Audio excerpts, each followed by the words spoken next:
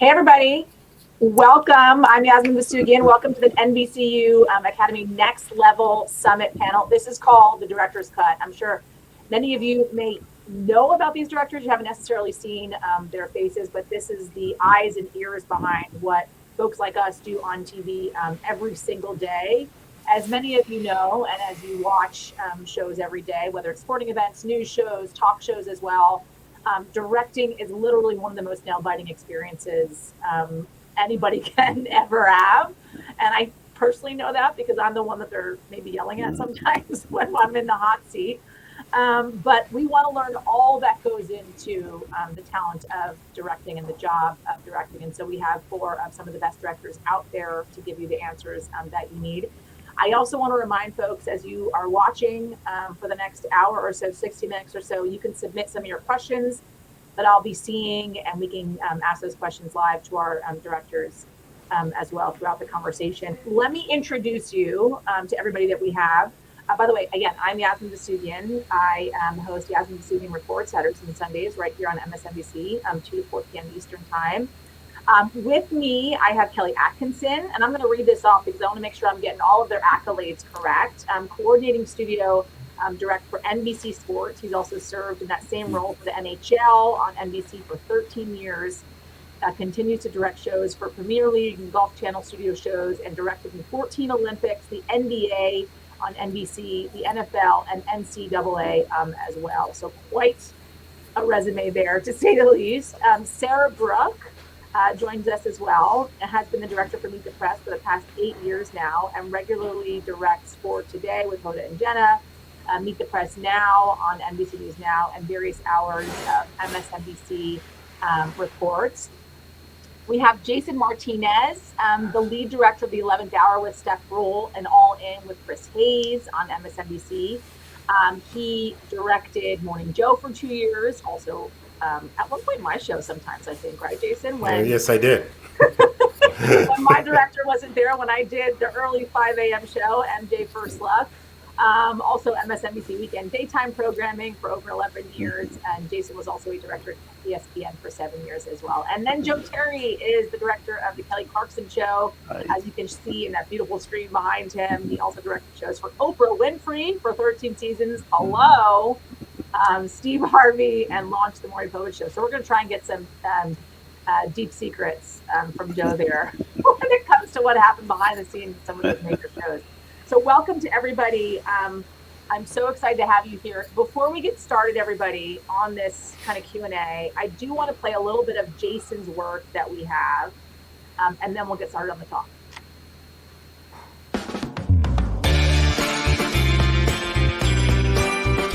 The director comes up with the visual presentation for the broadcast. If you see it in your mind, you can create that.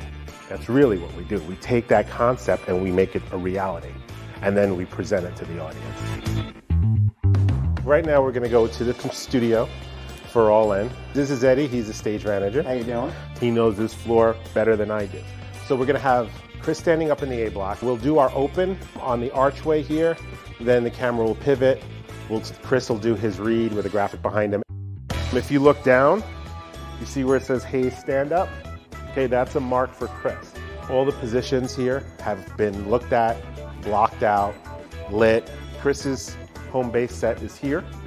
We'll have a guest here on this side. All right, we're gonna head to the control room now.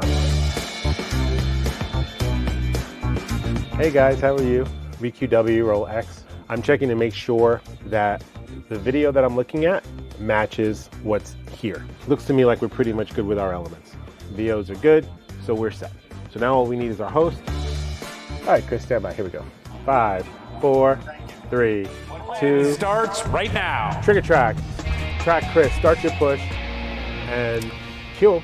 Good evening from New York. I'm Chris Hayes. Today, I'm very proud of the team of people I work with. I am happiest when I'm in the control room working with those group of people. Every day I leave here, I did something. I created something. I can show you something that me and my team created. Not many people can do that. That's pretty cool.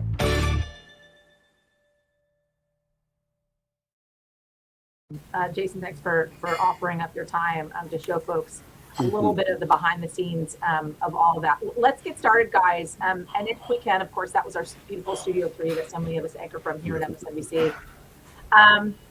let me start, Sarah, with you. And if you can kind of level set for us, and I want to go around the horn with this question, which is basically, give me the job of directing. What is a television director? And how do you direct specifically for your audience in mind? Sarah, let me start with you, and then we'll just go down the line. So when I think about directing and explaining it to people that might not know what we do, I kind of liken it to being a conductor, where you really understand all of the positions, like you would understand what all of the musicians are going to play, and it's timing and precision of when you bring in those parts. So, you're leading a group of people. And as far as how do you attribute that to the type of audience that you have, because, my audience runs the gamut from Sunday morning political talk show to a weekday morning show to a news show, is you're thinking about the story that you're presenting. How do you make it the most visual? It doesn't really, matter what type of storytelling you're doing, but how do you make it the most visual? You partner with the producers on what they've written, how you can make it pleasing to watch, how people are going to digest it. On a Sunday morning, it might move a little bit slower than a weekday kind of fast-paced news show. And it's really looking at what research has been done. I listen to the editorial conversations, and then I think about how am I going to present that to the audience. But the audience to me is the same every day. It's just taking that story that you're being given and putting it on air. Not so much who is watching it, but what is the story that we're trying to tell. Let me ask you a follow-up, Sarah, before we move on to someone else, which is this. I mean, you think about the two different shows that you direct. I mean, you said it yourself, right? Meet the Press versus Today with Hoda and Jenna. I mean, completely different shows, completely different audiences, right? You have to be going in with a different mindset, I imagine, as a director when you're kind of mastering those two shows. Yes and no. I mean, for me, I approach each show very similarly, where I partner with the producers ahead of time. I think about how we're going to use the elements. I think about how we're going to camera block. I love to rehearse all of that, so there are no surprises. I mean, obviously in a news show, breaking news is going to happen, but I go into it really knowing what my camera movements are going to be, how I'm going to present elements. And so, yes, each show is different, but I believe how I approach it is very similar to every show that I do. Jason, let me go to you. You're second in line here. So how do you direct specifically for your audiences, especially considering the differences in the shows that you do? Well, I mean, it's important to consider the information that you're presenting to the audience, because there's a lot of information involved. Some of it can get granular depending upon the guests we have on set. So you want to make sure that it's clear, concise. The visuals that you're presenting match what the conversation is. Because you're feeding a lot of information. So I try to keep the audience at the forefront of my thought process throughout the whole thing. How can I keep it moving? How can I keep it visually informative and entertaining at the same time? Right? Because with certain shows you have there are a lot, and especially in this environment that we're in, where you have a lot of people coming from home cameras and from different environments. Sometimes they're not in the studio, so sometimes it's just a talking head. So you want to present it, but you want to support it visually, so that they see, they hear, they understand the story that we're trying to present, and that's something that we do on a daily basis. I mean, that's a daily thing. How we go into each individual show is determined by the conversations we have with our editorial staff. What is the story they're trying to present? Are we doing something different today? How can we emphasize this particular point in the conversation or the read, or so in those instances you're taking the information that the anchor wants to present, and you're coming up with visual ways to present it that'll keep the viewer engaged, and keep the visuals moving, keep them informed, and support the content that or the story that the anchor is trying to present. So you go from those shows, right? Studio shows mainly based on, in the studio, as I said, to Ellie, right? You do both studio shows, and then you're talking about live sporting events, the Olympics, right? The behemoth of directing things like that. When you and I spoke the other day, I think I asked you at one point, what's the most cameras you've actually worked with at one point when you're dealing with a live sporting event, for instance? Tell me what goes into producing a studio show versus these live sporting events that you have so often directed?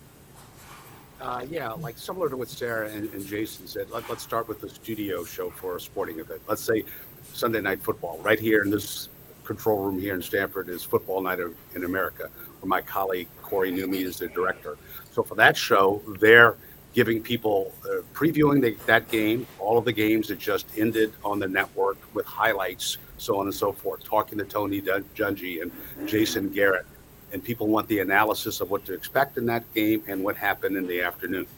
Fast forward to an hour later at 8 o'clock at night, where my colleague Drew Esikoff has 40 cameras directing Sunday Night Football. Well, they're directing an unscripted event that's playing out on the field. So to your question about the actual sporting event there, all week leading up to that, my colleagues, Mike Tirico and the announce team of Chris Collinsworth and the producer, Rob Hyland, and the director, Drew Esikoff, have been studying reams and reams of tape and film, watching the games from the prior week and talking to the coaches and the players in person the day before the game. And based on that, you come up with some sort of a plan as to how you think the game is going to unfold. But until the actual play happens, you don't know. So you want to be prepared as much as possible when you think something's going to happen. So in a third down play, you know the Dallas Cowboys have a tendency to maybe throw to player X. You want to be prepared for that and have a camera covering it. Yeah, I mean, you think about, right, when we have these conversations with Sarah and Jason, those are shows that are more produced, so you can prepare more for what is to come. Of course, there are moments, there's live breaking news where everything's thrown out the window. I mean, for me in the anchor chair, the prompter goes blank and we just got to roll with all of it. But for you, it's fascinating to think about. You have no idea what this game is going to do, which Correct. play is going to go what way, who's going to win, you know, who's going to be the star, the MVP of that moment. And so having to react like that and bring the audience in, really part of the magic of storytelling. Joe, let me go to you. Yes. As you've been standing by. We're talking about live studio audience, right? This is yet another incredible thing to have to deal with, from the Kelly Clarkson show to Oprah Winfrey. Talk to me about the mechanics of directing a show with a live studio audience. Well, directing is kind of almost in between my colleagues here, what they do and what I do. In other words, we can prepare for a show, and then in the middle of it, it just goes off the rails. It goes wherever it wants to go. So therefore, we have to be prepared for anything in a talk show. And in preparation of that, I mean, from my earlier years where I would just be able to kind of do things, now I know how important preparation is in order to capture what we want to show our audience. And the studio audience, of course, is reactions to them, to whatever's happening on stage. And we've had some wild rides in terms of, starting out in one direction and all of a sudden the show will totally go another direction. So you just have to make split decisions. And it's challenging, but it's fun. So that it's kind of a hybrid between being prepared and then, so I'm doing a studio show, meet the press, and I'm doing a football game on set at the same time sometimes. It just goes completely where we didn't expect it to go.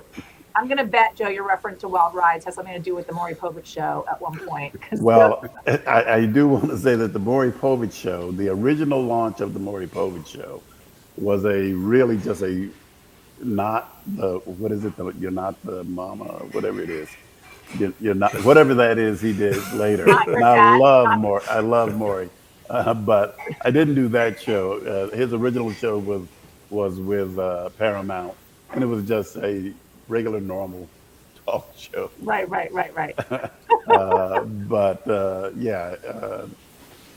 Important to have that clarity amidst. Yeah, I kind of like to make that distinction. Yeah. I wasn't on the "you're not the mama" deal.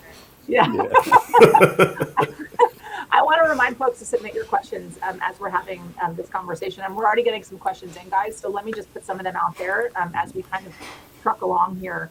This is from Jake. Sarah, let me go to you with this one, which is, how do you balance technical needs with your vision? Technical needs with our vision.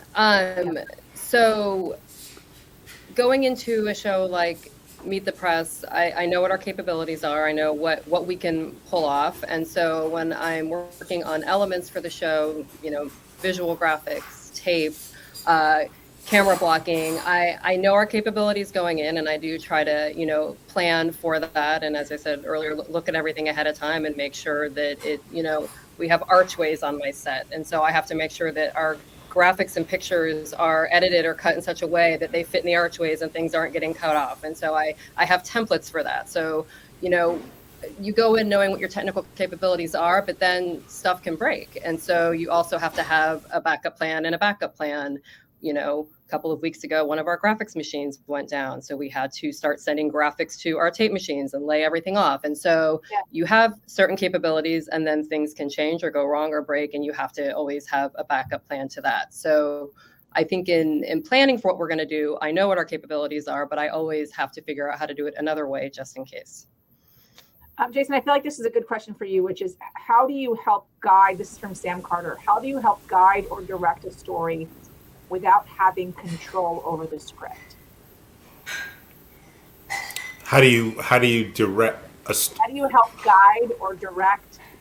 Well, because you're thinking about the story. Well, I'm sorry to cut you off, but you're thinking about the story visually, right? The editorial staff or a lot of my producers, they're content and facts and stuff that they want to get to the audience, but they're not necessarily thinking about how I'm going to present this visually to the audience. So for me, when I look at a story or read through a story, I immediately start thinking of the visuals. Okay, what do we want to see? How do we want to present this? How do we want to emphasize this? Would this graphic be better in a monitor? Is there something, that we want to emphasize? Perfect example, we had and this was nothing, out of the ordinary. We were doing a show and we had a graphic and it had like 10 senators on the graphic to emphasize that these were 10 senators, had voted a certain way. But Chris wanted to make the point that of these 10 senators, there were 4 of them that he wanted to emphasize.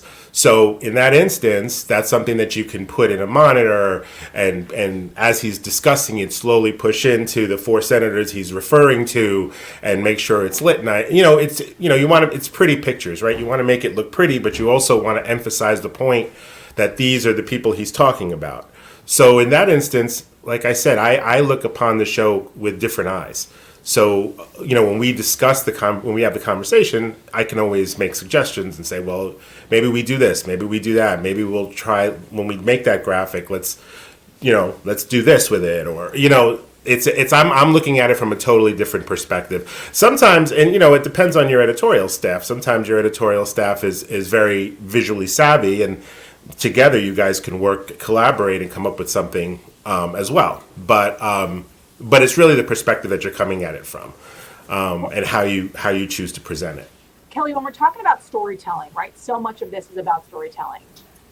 How often, when you're in the director's chair, are you thinking about the audience and who you're speaking to? Constantly, because you're documenting that event. So that's why they're tuning in. So whether they're tuning in for a golf event or a football game or a baseball game or to see Michaela Schifrin in her final run, you're thinking about the audience all the time. They're tuning in not necessarily to hear the announcers. They're there to see that athlete do their magic, perform their magic. So you're constantly thinking about the audience, constantly. So you're thinking about the audience, Joe, right? But how often do they influence the decisions that you're making in the director's chair? Does the audience influence how they would react, what they want to see, who is watching, right? Yeah, my approach for that is I'm interpreting whatever's going on the stage out there, and whatever that might be, and it might be something good for the audience. It may not be something good for the audience, but I'm not thinking of the audience in terms of, except in some extreme situations. For instance, Hugh Jackman in Australia had a really bad accident on the show. And that is something that I pulled out of monitors, and that's it. That's an extreme thing where I'm concerned about the audience, because that just wasn't a good thing.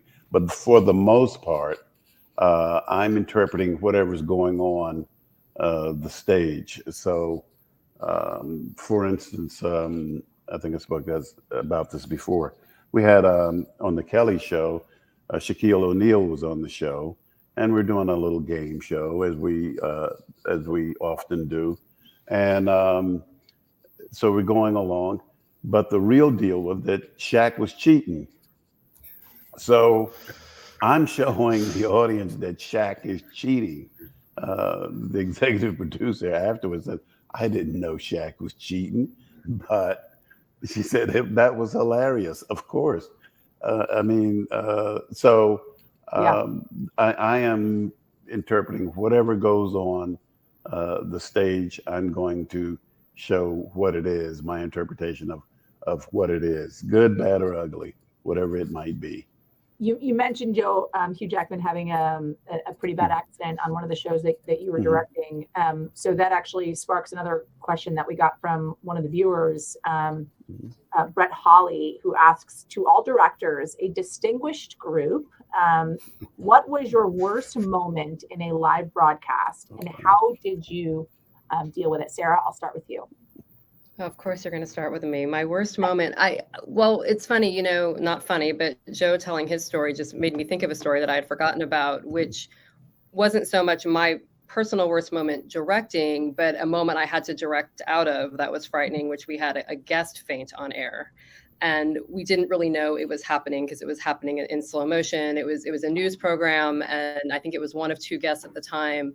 And it was like you kind of saw his eyes sort of start to flutter, and you didn't really know what was happening. And then, I'm still shooting, and I'm realizing, oh, this person is losing consciousness, and we're still on the air, and thinking about the audience and what to show them, what not to show them, and getting in the anchor's ear to let them know that they needed to get to break so that we could deal with this medical emergency, which they did. And so Joe just made me think of that. I don't know, that was one of my more scary moments directing. It's just, what do I do in that moment?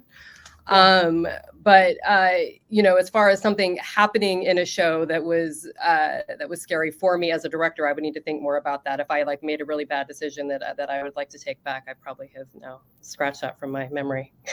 So let me think on that. I bury mine on the internet until no one can search for it anymore. Exactly. Kelly? And again, it's the scariest moment. What's the question? The scariest moment, the worst moment moment in a live broadcast, and how you dealt with it. Oof. Thank you, Brett. By the way, Brett is one of our colleagues. I know, so thank right? you for the tough question, Brett. It's a good question. It's happened numerous times to all of us. I guess one of the worst things that can never happen to you is if you're on a live shot or all your remote feeds are coming back into you and they just fail and go kaput. So that happened as recently as 2 weeks ago. But but I guess one of the worst kind of moments for me, it was very strange during the O.J. Simpson Bronco chase. We were also on the air live with the NBA Finals from the Garden. And that was me on the air directing Bob Costas. If you remember Bob Costas in the boxes with Tom Brokaw and O.J. Simpson, who was our friend and colleague going down there. So it was not only surreal, but it was just so tough to have to be documenting a breaking live news story with somebody that you know and have worked with and care about. So that was probably by far the toughest live situation I was ever put in, was that. Joe? I think probably the worst situation was Oprah. We used to do the after Oscar show on Monday morning after the Oscars. And this particular year, about 10 minutes before we're live, the truck all of the monitors in the entire truck, every monitor goes dark. And I didn't think much of it. I'm like, well, they'll get it back up as I'm preparing. 5 minutes. I'm like, what's going on here? I don't think we're going to get these monitors back, and they're working feverishly trying to get them back. I asked my technical director, is anything going out? We had one monitor, that was the line monitor, which is going out to air. Every other monitor, all of the cameras, 12 or 13 cameras, no graphics, no tapes. You can't see anything. And so at that point, we're literally a minute before air. And it's obvious now that we're not going to get our monitors back. And so it was guys, we're stepping out on faith here. You know where you're supposed to be. You know what you're supposed to do. And so with that, I called it as though I could see it. And it wouldn't happen until, when I take the shot, I was like, thank God he's there. Take that shot, roll that tape. We went out for the first 3 segments with no monitors. And that was kind of fun, actually. It was bizarre. It was bizarre. I'm sure you were freaking out in the middle, but then when you think back, it was, kept you on your toes. Did you rewatch it after?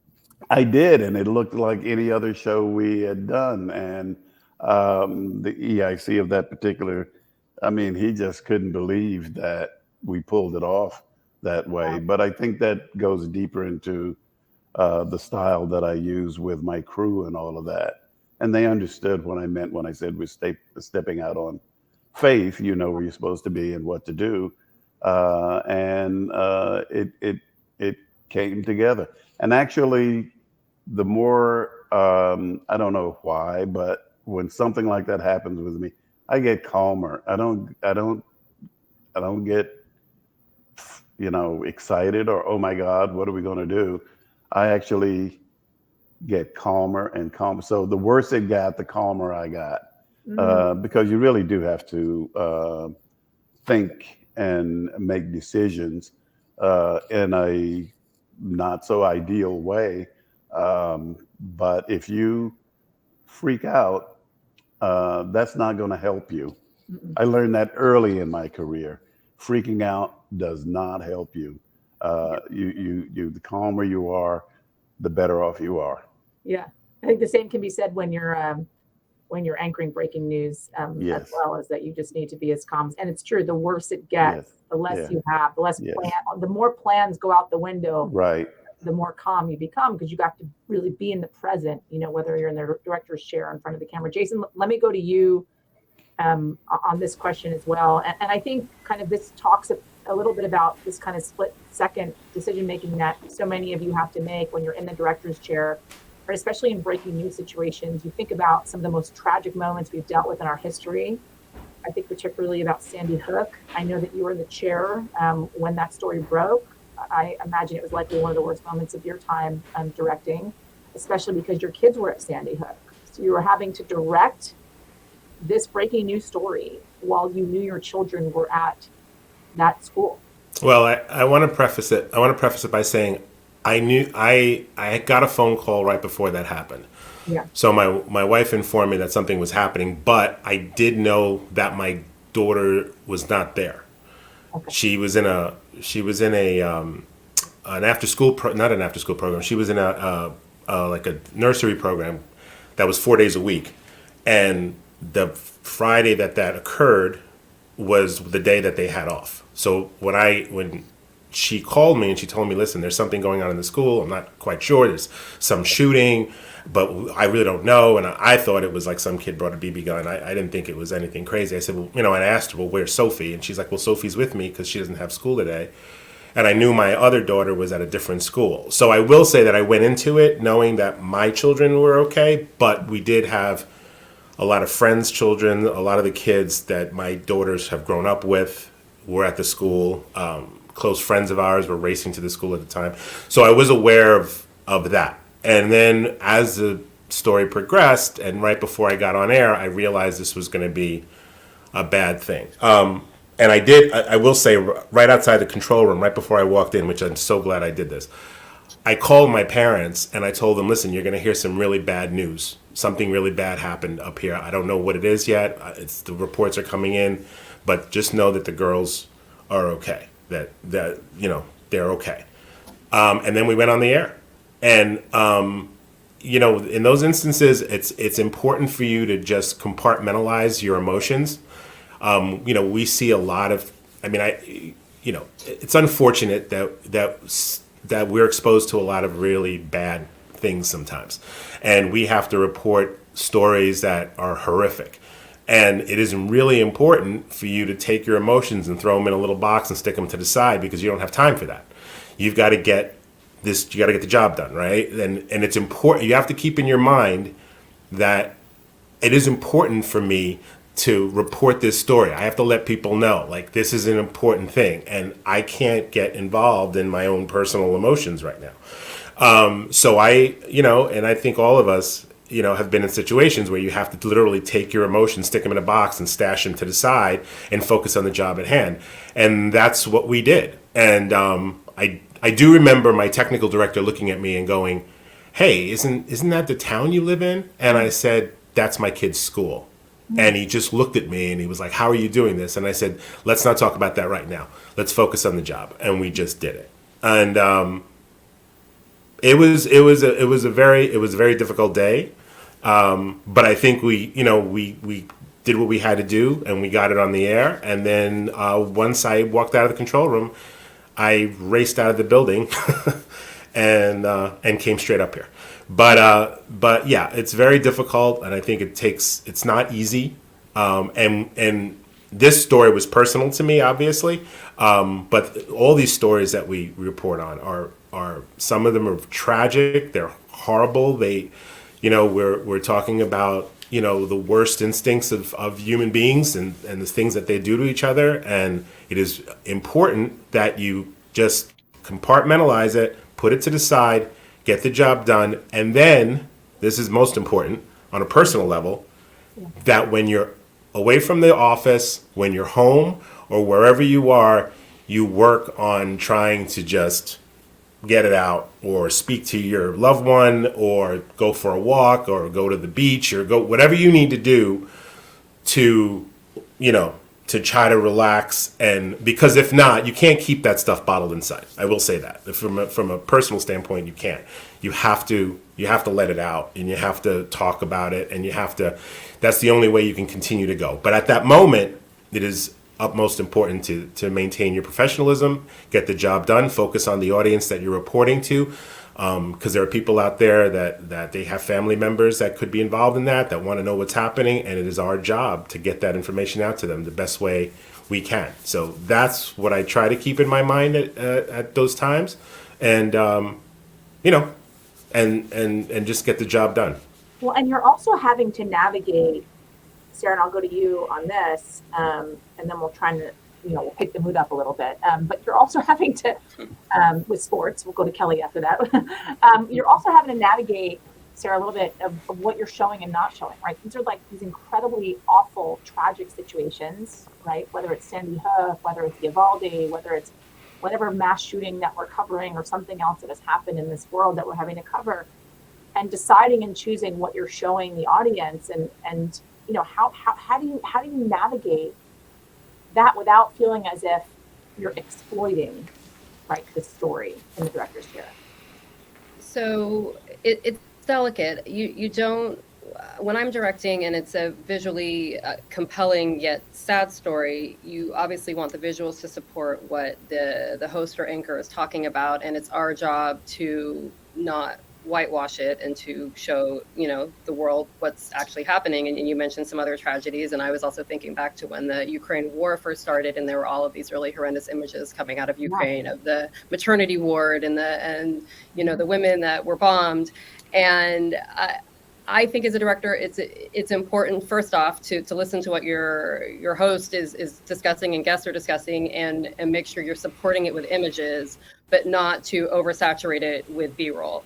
That it's also important to see how is it affecting them, what is their reaction, and so there's that mix of how do you incorporate really horrific visuals into a conversation. And so I try to really just follow the story, what's being told on air, but not find an opportunity to just keep rolling B-roll, because also, the people that are talking about it are important as well.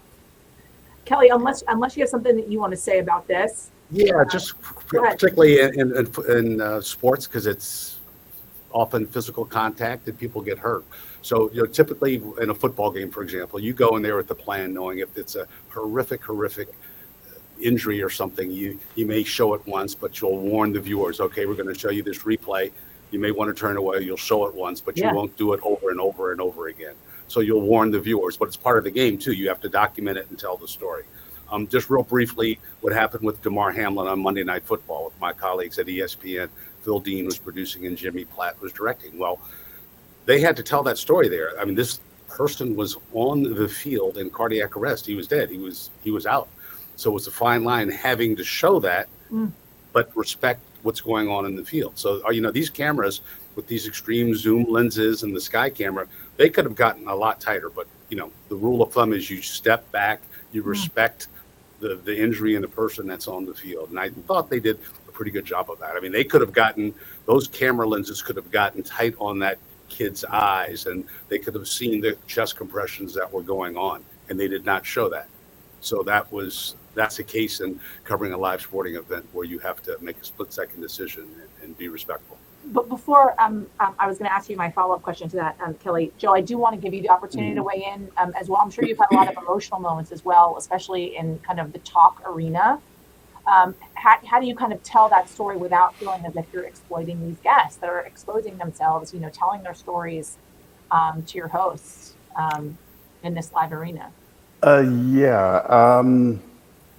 Well, it depends. It runs the gamut. It depends on the story and how it's going. I tend to not shy away from folks who get emotional or reactions of emotion because that's really what's going on out there. I tend to show whatever's happening. There are, that one, as I mentioned, Hugh Jackman, that one incident where I think that's the only time that I can recall where I kind of backed off because it just wasn't appropriate. Other than that, in talk shows, as long as it's nothing violent going on or something, like really bizarre, which I can't recall right now anything that I would have really backed off on. I'm very aggressive in interpreting whatever's going on the stage. Kelly, when we talk about directing live sporting events, right, you're talking about, as you mentioned, up to 40 cameras that you're dealing with. My first question is, and you and I have already talked about this off camera, are you standing or sitting when you're directing those calls, when you're making those calls, right? And because I've seen Jason in the control room, and not to dock Jason, but I see him sitting a lot, right? Oh yeah. But I imagine. I mean, unless it's a long show, you can stand and kind of move around. Like, yeah, you can sit down. But I imagine you're dealing with 40 cameras. You're watching a football game or whatever, or something. Something is happening. You're dealing. You've got to be standing at one point to make these calls, right? Because your energy is up, right? Your adrenaline is running. A, and B, do you have any liberty to second guess the calls that you're making in a live sporting event? Oh no. I mean, once you can always you can second guess yourself, but if you do that, you've missed the next thing that's happened. You just have to make it happen and move on. If you like, oh, I wish I could take that cut back. You have to move on. The ball is being snapped, or the shot's being taken, or the tennis ball is being served. So you just have to move on. And, you're making hundreds, thousands of cuts in a 3-hour football game or a sporting event. You have to just move on. You have to move on. You can't second guess yourself. Joe, this question is for you from Adam Mancini saying, you have worked with legends in this business. What is your advice to working with high profile talent in high pressure situations? I think as long as you are respectful, and I've never had any issue with high profile guests. As a matter of fact, they're as sometimes as nervous, and I had Sidney Poitier summoned me to his dressing room, and I was a little annoyed at the time because I was trying to prepare the show, and I went into the dressing room, and he just said he was nervous. And I said, why? And he said he had to read something to Oprah, and the producers had said that there would be a teleprompter he could read from, because he was going to surprise her, but he felt that he had this book that he would read from. They said he felt more comfortable with that. I said, well, of course, do that. If that's what you want to do and that makes you feel comfortable, of course, do that. And he's putting on his shirt, and and then I realized, holy crap, this is Sidney Poitier. And he's nervous. And he's nervous. And I'm annoyed. I'm like, what's going on? This is crazy. This is totally bizarre. So, I mean, you'll run into some difficult folks here and there, but you just roll with it. You roll with it, whatever it takes. I rarely, only a couple of times I can recall where I've really had to get people under control, like, hey, cut it out. We got to get stuff going. But that rarely happens. People come and they want to do their thing, and we want to do our thing, and it works out. But it is a testament to everybody gets nervous, no matter how successful you are in life, no matter what. I'm sure you guys at some point, or another, have gotten nervous even in the director's chair in moments that you feel like are incredibly crucial. Sarah, let me ask you this question from Rebecca Leadowitz, which is, what got you your break directing at the network level? My break at the network level. Well, it took moving to New York because I started on the West Coast and came up through local news. It took a lot of pounding of the pavement and meeting people and having coffee with people and getting career advice. And someone, yes, I know someone, and then getting your resume across the right desk.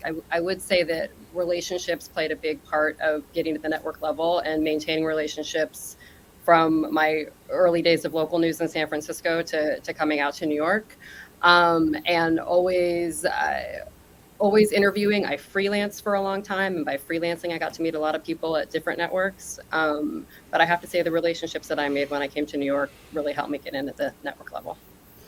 Jason, talk to me about team collaboration here. Like, what goes in, you've talked a lot about this over the last 45 minutes or so, but I think it's important for folks to really understand what goes into the planning stages of what they see on television, and how important it is to collaborate with the team that you're working with, and how that looks, right? Is it a one-way street? Is it a two-way street? No, I mean, there's collaboration with two teams, really, because you've got your editorial team that's responsible for content and producing the editorial content that they're going to present to the audience, and then you've got your team, which is your technical team, right? So you're talking, you're kind of like the conduit between the two, because you're talking to your editorial team. What do we want to do? What's the vision for the show? What do we want to see? Like, what is, how are we going to present this story? And then you take that and you communicate it to your technical team, and it is a collaboration, because there's conversations that we have every day where I may say, okay, well, I want to do this, and this, and then how are we going to coordinate that? What's the best way to do that? Say on the studio floor, everything that you see on when you're in a studio, it takes time to move desks. It takes time to move chairs. It takes time to move cameras. There's cables. There's lighting. So these things it takes time. You can't just tell somebody, okay, we're going to, in a whim, in a commercial break, I want you to pull that desk out, you're going to pull that monitor out, you're going to pull you can't, you want to go in there with a plan, have a discussion with them, say, this is what I want to do, what's the best way to execute it? And a lot of times, like you saw in that video, I'll lean on my stage manager. I think I want to do this. Let's move this camera here. Let's do this. And he may come to me and go, well, you know what? Maybe if we use this one, and what I can do is I can move this camera when you're in a sound bite, and then I can do, and we have this conversation, and it is a collaboration, because he knows that floor. Like I said, he knows that floor better than I do. He knows what they can do and what they can accomplish in certain time, a tight time constraint. The other thing is you want to keep in mind the people that are on the floor, right? Your anchor is sitting there. I don't want people banging desks around and monitors and moving cameras while he's trying to focus on the next segment that's coming up. So you always want to keep, the people that are involved. You want to keep their, how are they working? How is, Chris is he's a really great person. He's very open, and he's very easy to work with. But at the same token, I know what he's dealing with. He's getting ready to present a show on the air. So he's thinking about questions and facts and what he wants to emphasize. So I can't, I'm not going to rattle him by having stuff move all over the place. Yeah. So these are conversations that we have, with the team. Okay, let's do this. Let's do this. Let's find a moment to move this there. Let's do that. And this is the same kind of conversation that you're going to have with your studio team, with your control room team. How can we better do this? What's, from a technical standpoint, what's the easiest way to do it to get the desired result that I'm looking for? Or, I want to see this. What's the best way that we can get that done? Those conversations with your stage manager, conversations with your technical director. I want to do this. What's the best way that we can do it? What resources do we need to pull in to make this a reality? So yeah, it's a total collaboration. It's a team effort. I mean, we're, at the end of the day, I know we're the ones sitting in the chair calling the shots, but like I've always said, if it wasn't for the people around me, I'm just some guy staring at a monitor by myself in a control room talking to myself. I mean, without them, they're the ones who come together to make it all happen. And these are all about conversations and planning that we have before we walk into that room and get on the air. Or if you're Joe Terry, no monitor at all. You're just a guy staring at That's right. You're just using the force, which that's random and just praying that it works. Exactly. Let me ask you this, Kelly, which is, could each of you jump into the other's chair?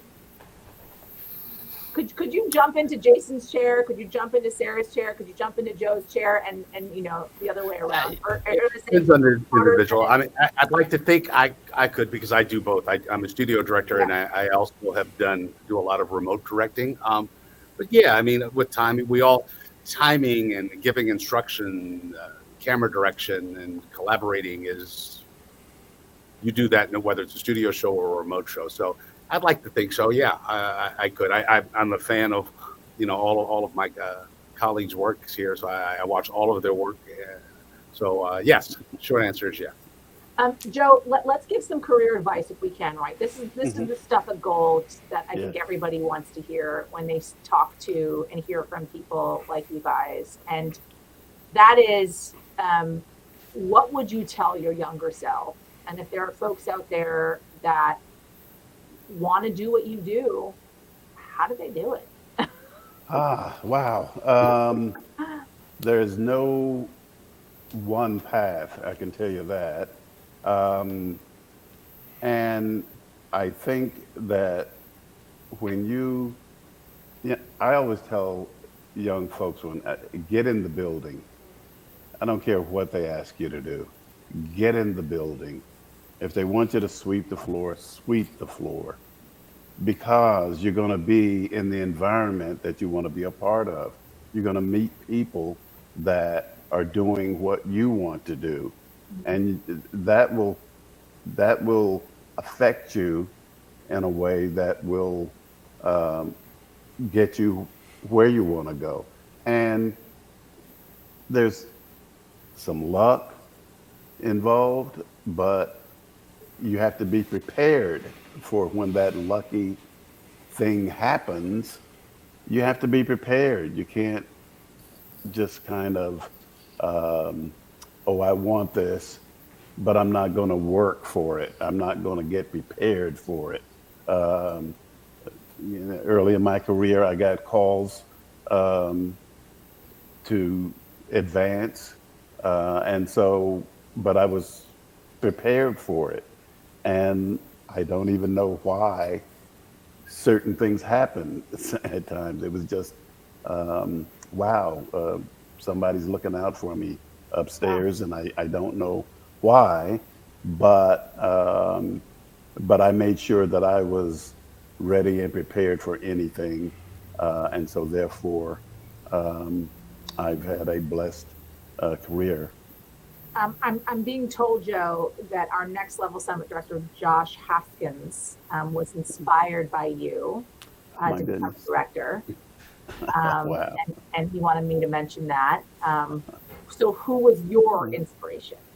Oh, wow. My inspiration was a couple of early when I was in college, actually, and I did a project that my professor said, you know, this is good enough to be on TV. And I cockily said, well, then put it on TV. And he looked at me and he actually did. I couldn't do it, but it got me in the building. And I saw a gentleman named Bob Terra doing the news there, local news in Philadelphia. And it blew my mind. I said, oh my God, this is what I want to do. And that's why I say get in the building, because you never know where it's going to lead you. And so, yeah, that's my short, I guess, answer to it, is just get in the building and see Get what in the happens. building. Yeah, get in the building and get seen and yeah. get working. Yes. Sarah, there's a reason why there's one female director in this panel amongst 3 male directors. It's just the reality of the situation right now, right? And there's just more male directors than there are women. And the hope is one day for that to be equal. No offense to any of the male directors that I've worked with throughout my career, but I think they hope the same as well. So I guess my question to you is how you got to where you are. I know you talked a little bit about how you got to kind of the network level, right? But what was your break? And what is your advice to other women that want to direct? So my break was just out of college. I was an intern at a local TV station in Santa Barbara, California, and there was a female director there. Actually, there were 2 female directors there, a weekday one who wasn't very good and a weekend one who was fabulous. And I started going in on the weekends. Just kidding. I don't know where she is today. Hopefully not watching this. And I would go in on the weekends and shadow the weekend director. And my boss at the time, I was a PA, I was a stage manager. I had run camera, I had done audio, I'd done most positions that I now direct. And he said, you know, when a job comes available, make sure, kind of to what Joe was just saying, make sure that you're prepared, make sure you're the best candidate. And so I went in on my own time and I started shadowing this woman who would then sneak me into the chair. I think I directed weather was the first thing I ever did because it was, you know, easy. You just took a camera. But so she started getting me in so I could get reps. And then when a job came available, I had a little bit of a reel and I was able to apply. So she was a woman that really helped me. And the first person that ever hired me, a production coordinator, was also a woman. And so, and they're both still in my life today, and they both have great careers out on the West Coast. So I have benefited from them seeing something in me, and I try to give back in that capacity. I'm actually a mentor through the Directors Guild with a young woman right now who's an AD who's looking to direct more. And I do a lot with the Focus on Women's Committee for the Directors Guild. And I try to, mentor any woman that's looking to come up on the technical side and has questions and wants to shadow or, wants advice. And I just hope to continue to do that so that there's more of us. That's awesome. Jason, this is from Marilyn Howard. I'm asking, how did you know, or what was it that motivated you to want to be a director? Interesting. It kind of piggybacks on what Joe said. I was 13 years old, and a friend of mine, his mom took me to CBS Studios to meet with this gentleman who was a client of hers. She used to restore art for a living. Anyway, long story short, he gave us a tour of CBS Studios, and at the time, Dan Rather was hosting the CBS Nightly News, and he asked, "Do you guys want to see it?" And of course, he was like, "Yeah, sure." And he said, "Do you want to be in the control room, or do you want to be in the studio? If you're in the studio, we have to be there for the whole half hour. But if you're in the control room, you can kind of see how they make the show happen." And so we opted for that, and I was just fascinated. I was blown away. I sat there and I was like, "Well, what does this guy do, and what does that guy do?" And he's like, "Well, that's the audio guy, and he's responsible for the music and the mics, and that's the producer." And then I looked and I saw this guy in the middle, and his arms were going, and he was completely dialed in. I mean, this guy was like locked in, and he's just arms are going, and he's talking, and he's pointing, and I'm like, "Well, what does that guy do?" And he's like, "Oh, he's a director. He puts it all together." And I was like, "I'm going to be that guy," and that was it. 13 at 13, I knew that's what I wanted to do, and it was just a matter of carving a path to that chair. And like Joe said, you just got to get in the building. Internships I think are fantastic. They're literally a great way to be a part of the process, and that's really how you learn and meet people. Taking advantage of opportunities, any opportunity it comes your way. You don't know where it's going to lead. So trying to take advantage of opportunities, learning, asking people questions. The first lesson I ever learned, and interestingly enough, the director, I was an intern at the Joan Rivers show way back in the day. And the director of that show was a woman named by the name of Beverly Jackson.